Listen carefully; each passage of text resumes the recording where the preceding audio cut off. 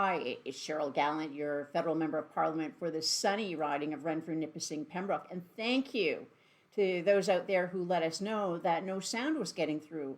For a minute there, I thought we were already being canceled. No, we are not making an electoral prediction. I'm talking about reliving the nightmare of 2020 in Technicolor. There's an explosion of COVID cases in hotspots around the world. It didn't just happen. The situation had been percolating for weeks. Even though Trudeau hasn't gotten around to reconstructing our early warning system for pandemics, every single COVID case is posted for all the world to see. Word of entire families stricken with an aggressive strain of COVID have been overwhelming hospitals in cities host to international airports. Trudeau's stable of paid-off media continues to demand that the premiers lock us down.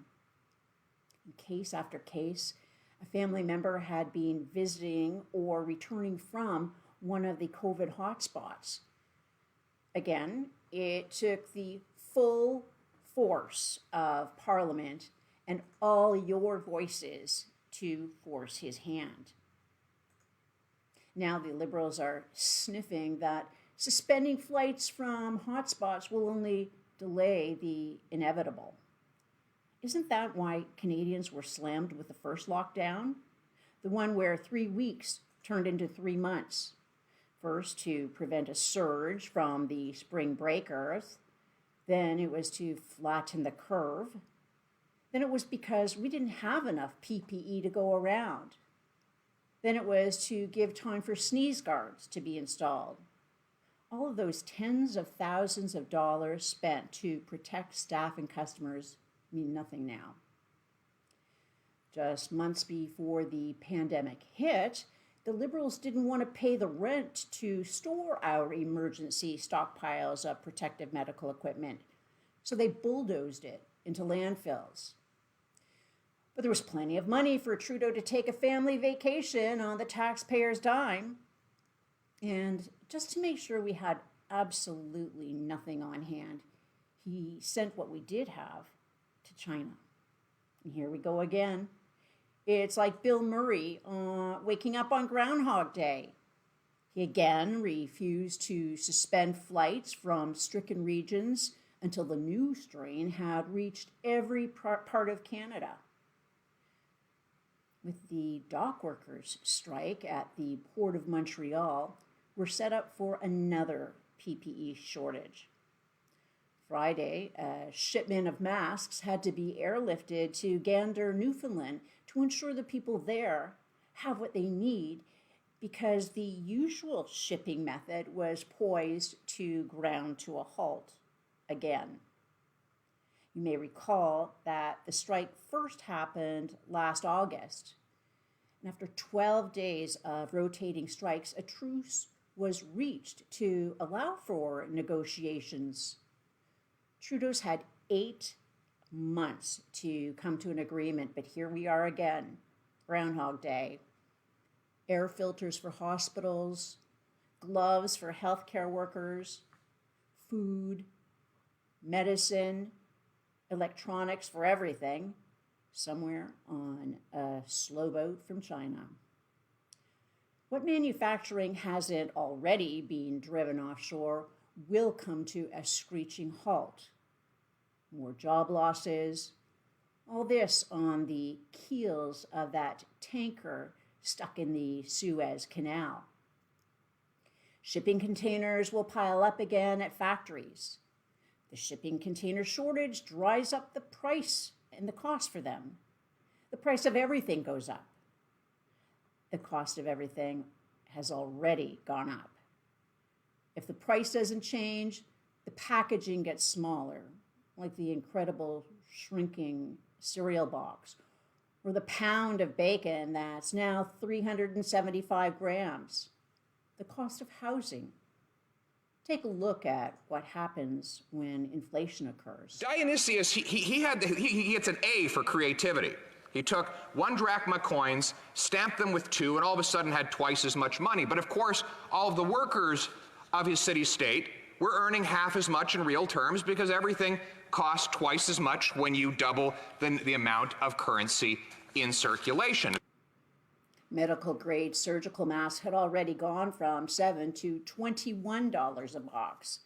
Disposable gowns went from $12 a piece to $41 each. A box of 200 gloves rose from $17 to $86. The health care we all pay for in one way or another. Surgeries, cancer treatment, the real cost. The cost price that things cannot be attached to. Ruptured appendix, early detection of cancer versus detection at 4th stage. Trudeau actually kept a promise. He said a Netflix tax would not be imposed when he made internet streamers pay their fair share. Instead of adding a tax payable to the government that would be impossible to collect, he's charged the company directly, and the company has repackaged its plans, passing the costs on to the customers. That's in addition to the Canadian content levy for corporate welfare to the television and movie industries to make sure all the celebrities give him accolades during the next election. The Prime Minister's vaccine failures continue to cost livelihoods and lives. Since Trudeau was so busy trying to shovel money to political allies, he didn't get around to ordering enough for those who want it. He placed all our lives into the hands of a drug development company beholden to the communist government of China. People are dying not just due to COVID, but because hospitals are canceling necessary surgeries and cancer treatments. One gentleman who came to me had a ruptured appendix, but because it wasn't COVID, it's to the back of the line for him. Early detection of cancer is key to survival. 4th stage detection risks are very high. Instead, we're ordered to stay at home. The provincial premiers take the brunt of the blame for Trudeau's failings. The crowning glory of the spend-a-thon Trudeau called a budget is his $10 a day daycare dupe. 3 days after splashing $10 a day childcare over every radio station, TV, and computer screen, the finance minister admitted she's dumping responsibility to the provinces to make the false promise reality. Not so much as a virtue signal for childcare accessibility to military personnel, an area of jurisdiction that is actually federal, was made. How does Trudeau create more childcare spaces and bring down the cost to $10 a day when there's not a cent in the budget for any infrastructure? We know the price always comes down to supply and demand. When supply is greater than demand, the price comes down, and vice versa. Since he's not doing anything to increase the number of childcare spots, he must be expecting the birth rate to plummet. The same applies to long-term care for our seniors. Trudeau is crowing about setting national standards of care, but again, no infrastructure to actually build residences where seniors can live without fear of becoming the next flashpoint for the next contagion. Toxic masculinity is not men going hunting to put meat on the table, driving a big pickup truck to haul materials for building projects, or racing around a track to see who can make it to the finish line first. It's the exertion of power over women, dominance, be it putting incompetent women into positions they're unqualified for so the role is easier to manipulate, or surrounding himself with women for the camera angle as if they are his harem, to firing women for not letting him get his way. And there's always the kokanee grope. He's the son of a prime minister, so he can do whatever he wants to whomever he wants. But they hit an all-new low last week. The assigned talking points for the parliamentary secretary to the Minister of Women and Gender Equality actually inferred that their toxic masculinity in the military arises from rural recruits. Lieutenant General, I live in a very large rural riding, as my colleagues hear me say often. Do you see any difference in rural and urban, where urban behavior of military members, or that doesn't come into play? You just said, everybody's behavior internationally, whether you're internationally or Canada. Do you see any difference in urban and rural? Any behavior patterns? Thanks for that question, Madam Chair. The answer that I would give is I don't think I ever looked for it. So I would never have presupposed somebody was from a rural or urban area, depending on on the way they treated people. I think the bottom line is, I believe the bottom line is you got to treat everyone with dignity and respect, regardless of where they come from and regardless of where you're working within the confines of Canada or externally. So it almost seriously was never part of my psyche.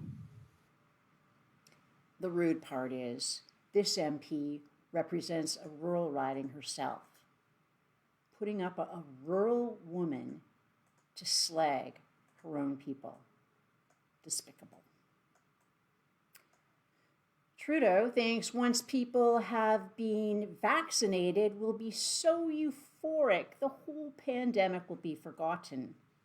For people age 75 and older, a one-time crisp $500 deposit will be made to their bank accounts. It should happen right around the time their ballots for the upcoming federal election arrive in the mail. Trudeau couldn't get Parliament to agree on his election legislation, so he dumped the changes he wants into the budget, because the rest of the radical socialists will support his budget. The Prime Minister thinks the $500 will make all the misery of the pandemic go away.